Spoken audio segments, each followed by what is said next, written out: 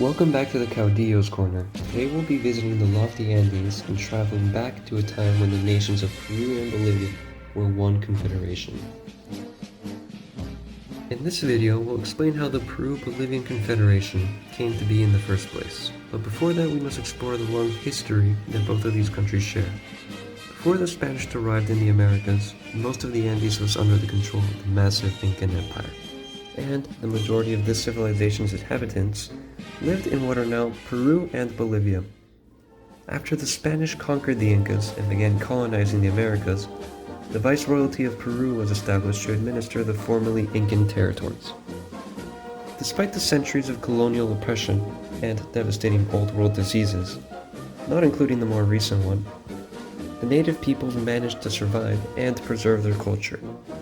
To this day, Peru and Bolivia have the largest communities of Quechua speakers in the continent. With this context, it's understandable why, in the years following independence, many thought both countries should be united. With that in mind, the story of the Peru-Bolivia Confederation is, in essence, the story of the struggle between two caudillos, Agustin Gamarra and Andrés de Santa Cruz. The series of events that would lead to these two caudillos into positions of power started on May 1st, 1828, when Peru invaded Bolivia. Bolivia, before independence known as Alto Peru or Upper Peru, was one of the last Spanish holdouts during the independence wars, and was liberated by a combined Grand Colombian and Peruvian army under the command of Antonio José de Sucre, Simón Bolívar's best general. After the defeat of the Spaniards in 1825, an assembly consisting of the Upper Peruvian provinces decided to remain completely independent, choosing to not join Peru nor the United Provinces of the Rio de la Plata, later Argentina. The country was named Bolivia in honor of Simón Bolívar, and he was also declared president, but the role was delegated to Sucre as Bolívar was already struggling to maintain the unity of Gran Colombia. The Peruvian president, José de la Mara, viewed the presidency of Sucre as a threat to Peru's political position in the region, considering Bolivia to be a Colombian satellite state, leaving Peru exposed on two fronts.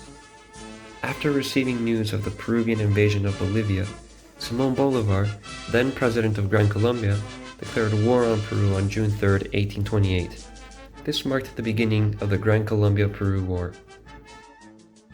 Then a Peruvian general, Agustin Gamarra, led the invasion of Bolivia. After just a few months of fighting, Peru managed to make Sucre sign the Piquiza Treaty on July 6, 1828, requiring the withdrawal of Gran Colombian forces from Bolivia on Peruvian ships, the resignation of Sucre as president of Bolivia, and the formation of a new provisional Bolivian government.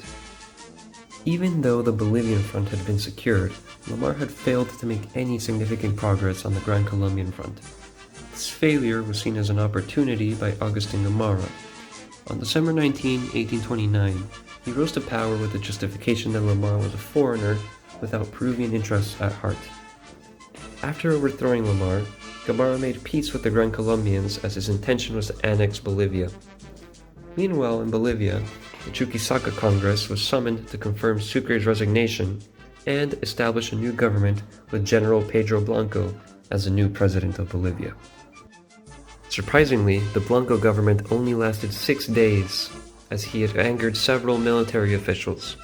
On December 31st of 1828, Pedro Blanco was overthrown by General José Villaviano, a Bolivian nationalist that saw Blanco as a puppet of Gamarra. Blanco would be assassinated the next day while in captivity.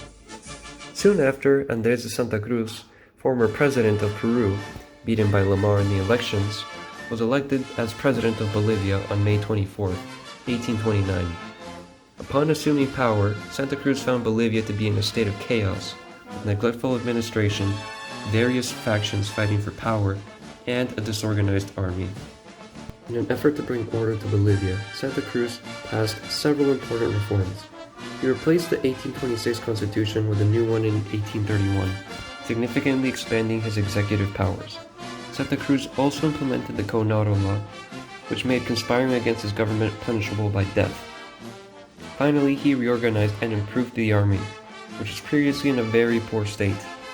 As a result of his reforms, Santa Cruz had purged his enemies, consolidated his power, and achieved political and financial stability. After fixing the issues in Bolivia, Santa Cruz was free to work on his most ambitious project yet, the reunification of Peru and Bolivia. Previously allies during the Lamar presidency in Peru, Santa Cruz and Gamarra shared the vision of a united Peru and Bolivia, but now found each other on opposing sides. On one side, Gamarra desired to incorporate Bolivian territories into Peru as a single centralized state, while Santa Cruz was more interested in a decentralized confederation. Knowing that Gamarra was a threat, Santa Cruz made an attempt to undermine his power by sending some of his agents to incite an uprising in Cusco on August 26, 1830. However, the riot in Cusco was crushed in less than a day. Gamarra, furious, wanted to punish Bolivia for instigating the uprising. On December 15, 1830, the Desaguero interview took place on a bridge that connected Peru and Bolivia. Santa Cruz was aware of Bolivia's inferior position against Peru, whose army comprised 8,000 soldiers, while Bolivia's army was only 4,000 soldiers. Santa Cruz, stalling for time in order to level the playing field, received Gamarra with a friendly welcome and discussed a possible alliance between the two countries. Santa Cruz even suggested the inclusion of Colombia into this alliance if Peru transferred the southern province of Arica to Bolivia, which Gamarra promptly rejected. Without consensus, Gamarra asked Congress to declare war on Bolivia, but they denied his petition.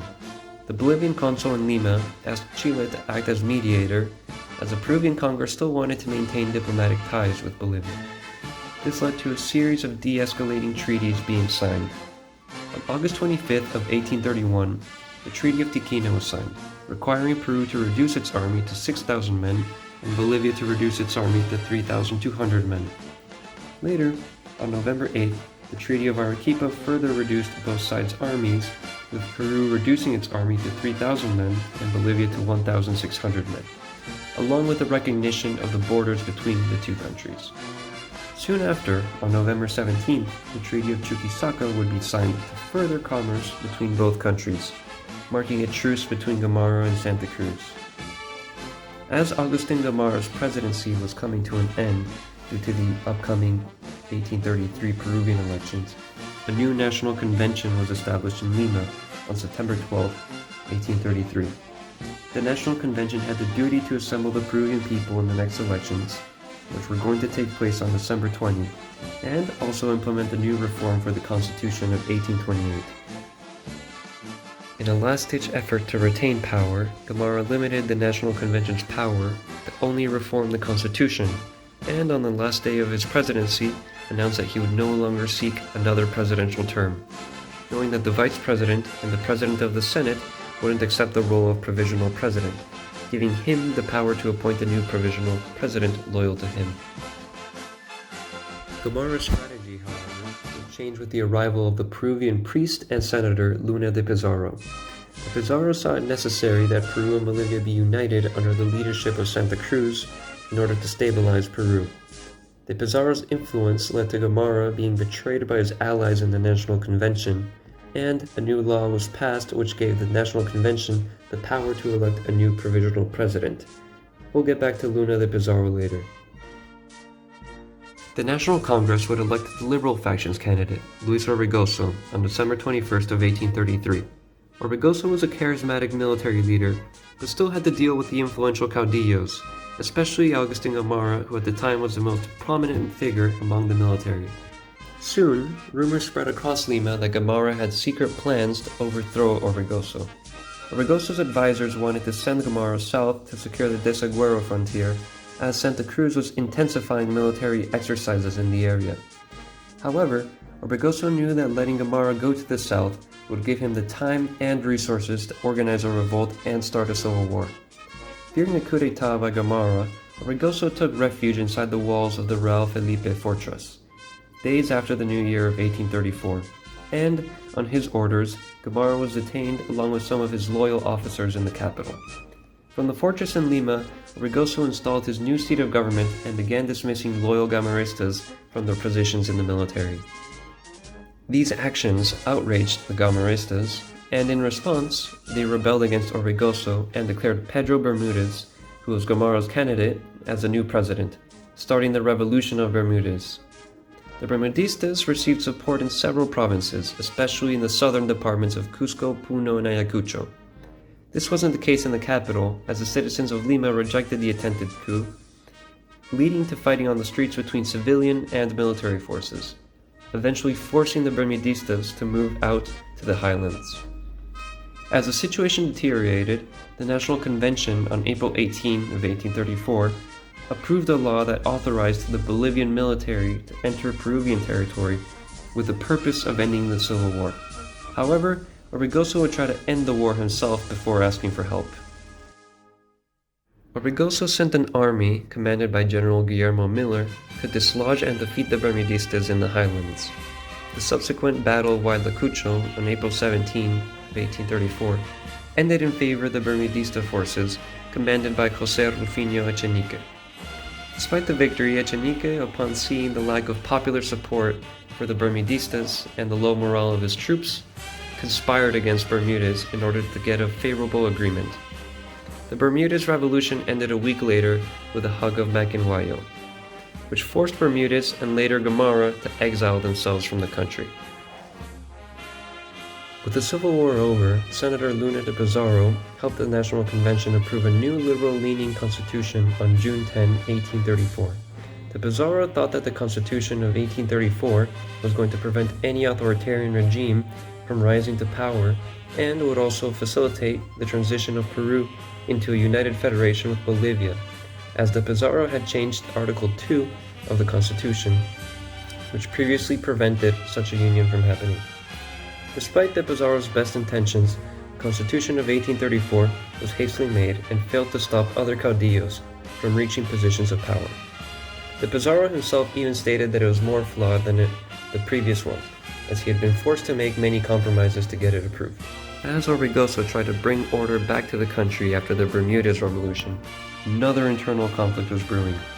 This conflict would be set off by the ambition of one young military officer named Felipe Salaveri. He was viewed by many as a danger to Orbegoso's government. This perception would turn out to be accurate, as when Orbegoso traveled south for electoral purposes and left Salaveri as the inspector of the armed forces, even though he had been warned by many of his allies that he was a threat. On February 22nd of 1835, Salaveri, claiming that Peru lacked adequate leadership, proclaimed himself president of Peru, marking the beginning of what would later be known as the Salaveri-Santa Cruz War. Salaveri's uprising caused Peru to divide itself into north and south, with the northern and central departments supporting Salaveri and the southern department supporting Orbegoso. Meanwhile in Bolivia, as another civil war ravaged Peru, Santa Cruz and exiled general Agustin Gamarra were discussing plans for the unification of Peru and Bolivia into one republic. Santa Cruz had decided to intervene in the Peruvian Civil War because, among other reasons, he feared that the instability that had fractured Peru could eventually spread into Bolivia, and concluded that Salaveri was a threat. Therefore, an agreement between Gamarra and Santa Cruz was made, where Peru and Bolivia were going to be united into one republic.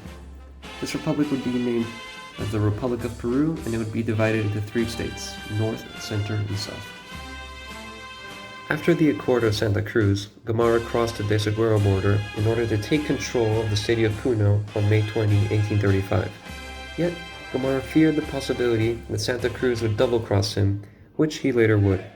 Aware of Gamarra's invasion, Orbegoso sent 4 messengers to speak to Santa Cruz in order to make a pact between the 2 countries.